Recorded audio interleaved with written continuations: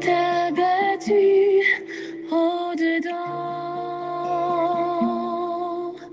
de moi. Je jette les yeux de tous côtés et je regarde à toi. Personne ne se soucie de mon âme, mais toi, mon Dieu, tu prends soin de mon esprit, de ma voix. Je crie à l'Éternel, de ma voix. Je supplie l'Éternel, je présente ma requête devant lui. Éternel, c'est vers toi que je crie. Bonjour, bonsoir, mesdames et messieurs, chers amis, chers et frères bien-aimés, compagnons de prière, amis de partout, amis de toujours, contemporains de la foi, collègues de genoux, fêtant du mois de janvier, participant à notre mission depuis toujours, tantôt 11 ans, et auditeurs de partout et de toujours, et contemporains de la foi, chrétiens de toute confession de foi, moi saluons dans le nom précieux de notre Seigneur et Sauveur Jésus-Christ. Que sa paix et sa grâce vous soient données en abondance. Juste avant de commencer, moi je dois rappeler nous que nous sommes en pleine campagne d'évangélisation. Et quant à moi-même, m'a prêché à l'église adventiste Bethléem du Cap Haïtien, en face des héros de Vertières. N'a prêché sur un thème qui est assez intéressant. C'est une campagne de transformation pour les membres d'église, transformation pour nos amis invités. Alors, n'importe nous, vous êtes les bienvenus. Nous souhaitons que nous participions avec nous du début à la fin, chaque soir 5h30 à l'église adventiste Bethléem du Cap Haïtien en face de Vertières. Mais il n'y a pas que ça dans presque toutes les églises adventistes et à travers la mission du Nord. Alors, en Haïti, mais ne serait-ce que pour la mission du Nord, nous sommes en campagne d'évangélisation. À quelques différences près, mais généralement, nous sommes en période de prémisse. Donc, on a prié pour les membres d'église, on a prié pour la réussite de cette campagne, on a prié pour tous les prédicateurs et on a prié pour tous les assistants, les invités pour que soient capables de prendre la meilleure décision de leur vie, celle d'accepter Jésus comme leur Seigneur et Sauveur personnel. Il y a d'autres choses dans le mouvement de l'œuvre à vous annoncer. Il est grand temps que je vous annonce une décision qui a été prise sous la recommandation de la division interaméricaine des adventistes du 7e jour au niveau de l'Union de mission et fédération des adventistes du 7e jour à propos de l'université. On veut avoir un système universitaire unifié. Et par conséquent, on ne peut pas avoir plusieurs universités sur le territoire d'une union. On peut avoir une université s'établissant sur plusieurs campus. Voilà pourquoi de nos jours, on ne parle plus de l'UMNI comme université adventiste. On parle de l'UNA sur le campus de l'UMNI.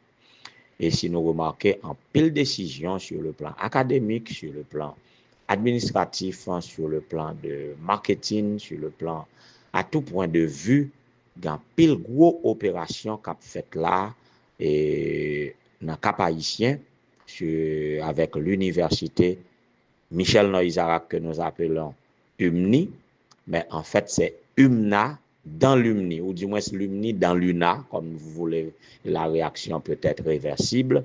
Mais quand on parle de l'UMNI maintenant, on veut parler du campus au CACH, Mais quand on parle de l'UNA, on veut parler de l'Université adventiste d'Haïti. C'est l'Université adventiste d'Haïti qui s'établit sur le campus de l'UMNI. Donc, l'UMNI est fusionné dans l'UNA.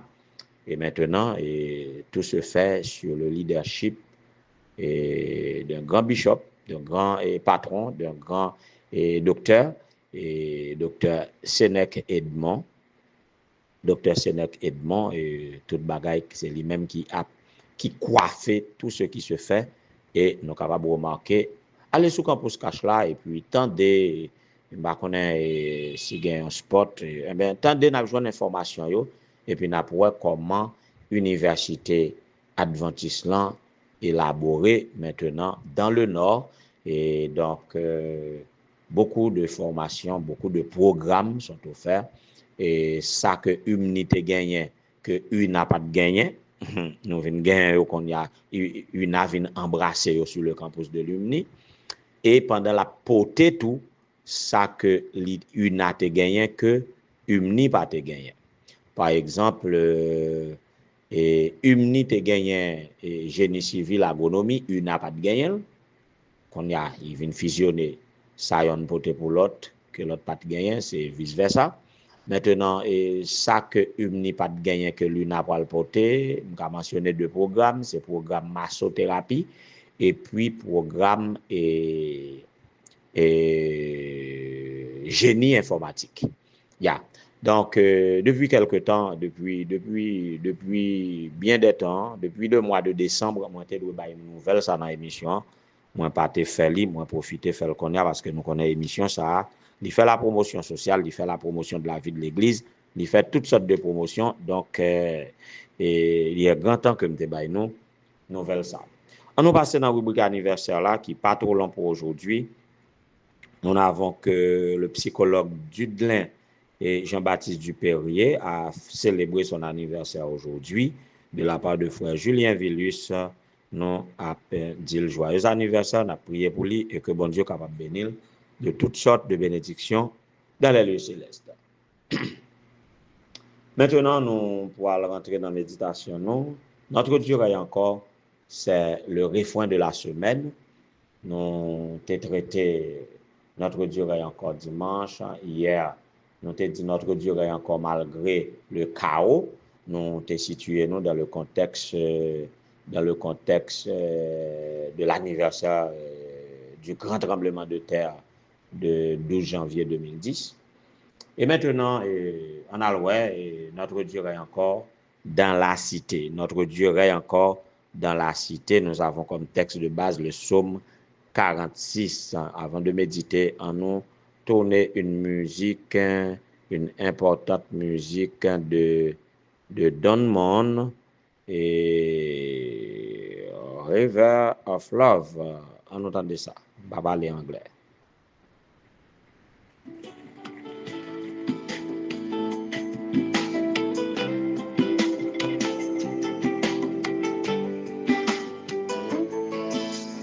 Thirsty for more of your spirit and truth. Wash me from all my sin and fill me with your spirit again. You're the river of love, flowing with grace and mercy, lighting my soul, filling my heart with peace. Oh, river of love, like streams in the desert, giver of life, giving your life and love to set me free. Voilà, et notre Dieu est encore dans la cité. Hier, moi, j'ai fait un parallèle en matière de chaos entre le chaos que causait le tremblement de terre de 12 janvier 2010 avec le chaos que produisent nos hommes en Haïti, les hommes d'État et les hommes armés de toute catégorie. Et nous capables d'aller plus loin pour nous dire chaos qui gagne dans le monde avec le fameux, nous de qui est-ce qu'on veut parler? Le fameux de cette grande puissance mondiale. Alors, il y a chaos un peu partout. Et là, on a considéré chaos qui gagnait, chaos sociopolitique économique, chaos dans les relations diplomatiques, chaos humain, les crises existentielles même, qui suscitaient des chaos dans les relations humaines, chaos dans la vie individuelle, dans la vie familiale. Et que nous avons dit à travers cette parole du psaume 11 ou 111, si je m'abuse, qui dit quand les fondements sont renversés, le juste, que fera-t-il? Donc nous sommes en un temps et dans des circonstances où nous pouvons voir que les fondements sont renversés. Alors les hommes de la cité se demandent qui ça a fait. Quand moi je vais parler de la cité pour chacun de nous, c'est notre pays, notre patrie, côté nous vivons là. Chaque matin ou chaque jour, lorsque je quitte Montrouge pour que je rentre la ville, quitter la ville, tourner Montrouge, je vais regarder ta route non, je vais regarder ta route non à Babiole, au Cap Babiole, Charrier, Vincent, Vertière, Champagne, toute la net. Et là, rentrer la ville là. Les anti-la pluie tomber, mes amis.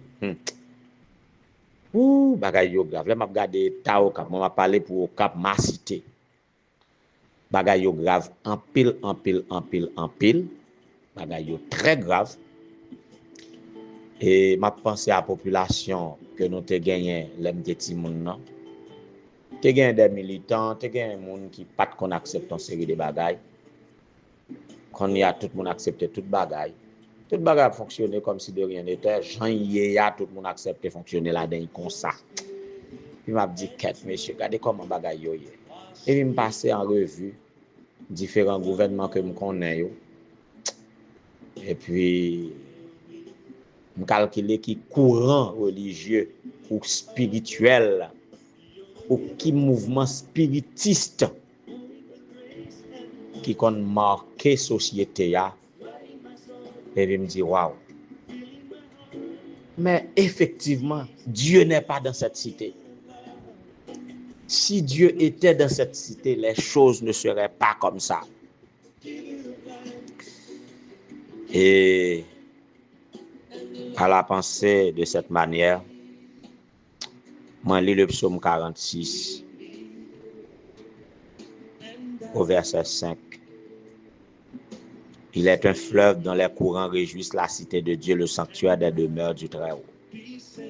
Et rapidement, moi, comme faisons une transition, ou du moins, moi, translater, quel mot serait mieux pour me penser à la cité de Dieu? Oui, la cité de Dieu, comprise souvent comme Jérusalem. Jérusalem, c'est le symbole du lieu de la présence divine. Et le fleuve évoque la vie, la fécondité, la paix, la sécurité, le bonheur, même en absence de ressources visibles. En sorte que théologiquement, le fleuve, cette pensée de la cité, il est un fleuve dont les courants réjouissent la cité de Dieu, cela annonce une conception où la présence de Dieu structure la communauté. Ouais. Puisque la présence de Dieu donne la structure, et cela implique même les infrastructures, ça produit la sécurité, ça produit le bonheur, en sorte que la sécurité de la cité ne dépend pas de ses structures, de ses murailles, mais ça dépend de la présence de Dieu qui structure la communauté. Ainsi donc, la stabilité du peuple, d'un peuple, ne vient pas de sa défense. Le peuple qui croit en Dieu, sa stabilité ne vient pas de sa défense, mais de la présence de Dieu.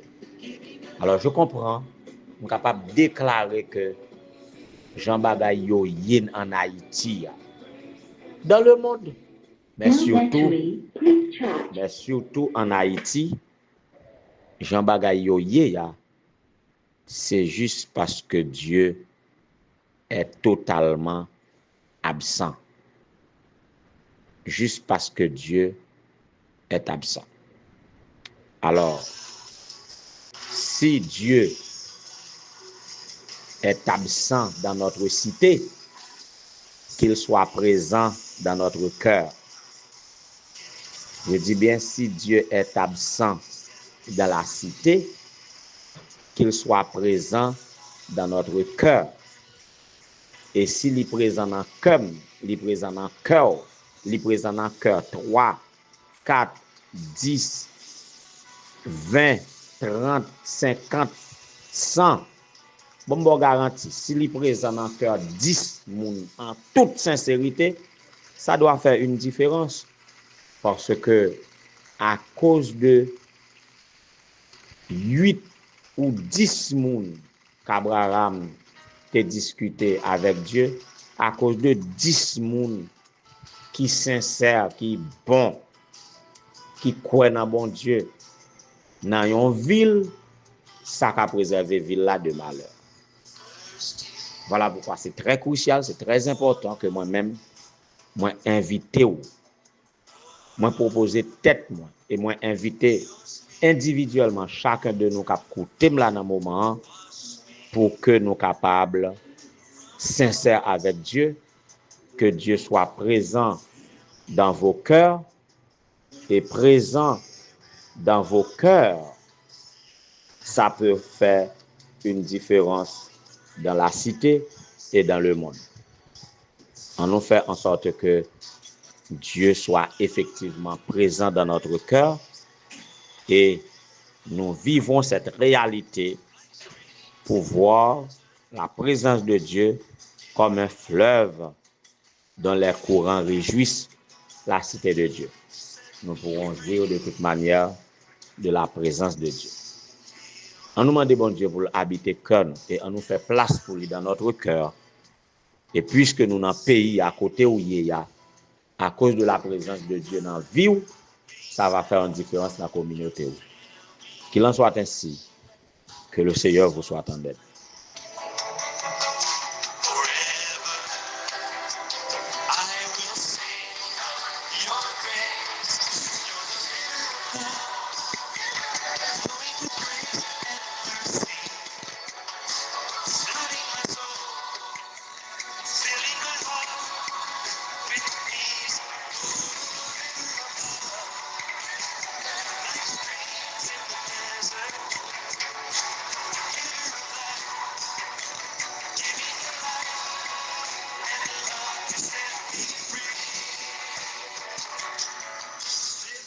Éternel notre Seigneur, notre Dieu, bon étendard Père Céleste, nous voici tes enfants, disséminés un peu partout dans le monde entier, à invoquer ton saint et grand nom. recherchant ta sainte présence, parce que ta présence non seulement a mettre l'ordre dans tout désordre qui dans la vie nous, mais là a structurer communauté nous, et même dans les infrastructures, nous prenons conscience individuellement pour nous comporter nous bien envers la cité, pour nous capables de gérer au moins devant porte nous. Et lorsque chaque monde gère devant porte yo, toute la rue a bien. Et lorsque chaque monde prend responsabilité yo envers la cité, n'a gain l'État, n'a gain de bons citoyens. Et pour nous gagner ça, c'est seulement la crainte de ton nom, comme étant le commencement de la sagesse. Voilà pourquoi, oh Dieu, nous demandons pour capable d'habiter dans notre cœur, manifester justice, bonté, amour dans notre cœur, que l'amour capable de couler dans notre cœur comme une rivière, et que cette rivière arrose nos pas, là où nous portons le pas, et que nous puissions laisser derrière nous un espace verdoyant qui offre la vie, la paix, le bonheur. Fais ainsi pour chacun de nous, Seigneur. Pour chacun de nous qui a souffert déjà du mal, que nous capable d'aider nous, que nous capable visiter les personnes ayant des troubles mentaux. Seigneur, visitez-vous. C'est là qui est malade, c'est là qui est à l'hôpital, dans liste pour opération, qui a besoin de sang. Nous avons une pensée pour la sœur Jenny Monestime, pour visiter. Nous avons une pensée pour le frère Mesmin, chanteur de Los Hermanos de Jesus, pour bénir pasteur Monestime Gilbert, chef du district de Maïsade, bénir avec famille. Bénis le pasteur Jean-Claude Saint-Hilma, chef du district de Gethsemane, que Père grâce soit capable avec lui, que soit capable de remplir cœur de bonheur, pour bénir toutes les épouses de pasteurs de la mission du Nord, pour lesquelles nous te prions cette semaine. Nous te prions pour Madame Irène, Jérémie Joseph, Madame Naomi,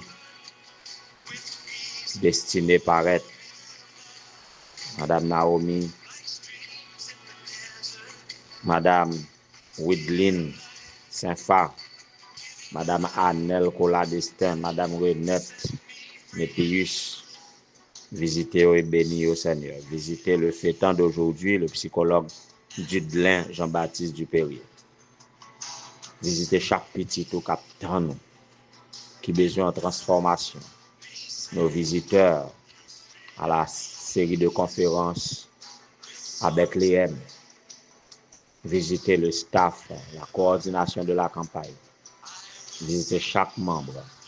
Que des transformations se produisent en nous par ta présence et que nous soyons à même de transformer notre communauté. Bénis-nous de toutes sortes de bénédictions dans la lieu céleste, pardonne nos péchés. Bénis-nous et que nos noms soient inscrits dans le livre de vie pour ne point effacer. Nous t'en supplions au nom de Jésus, lui qui vit et règne avant tout les temps, maintenant et au siècle des siècles.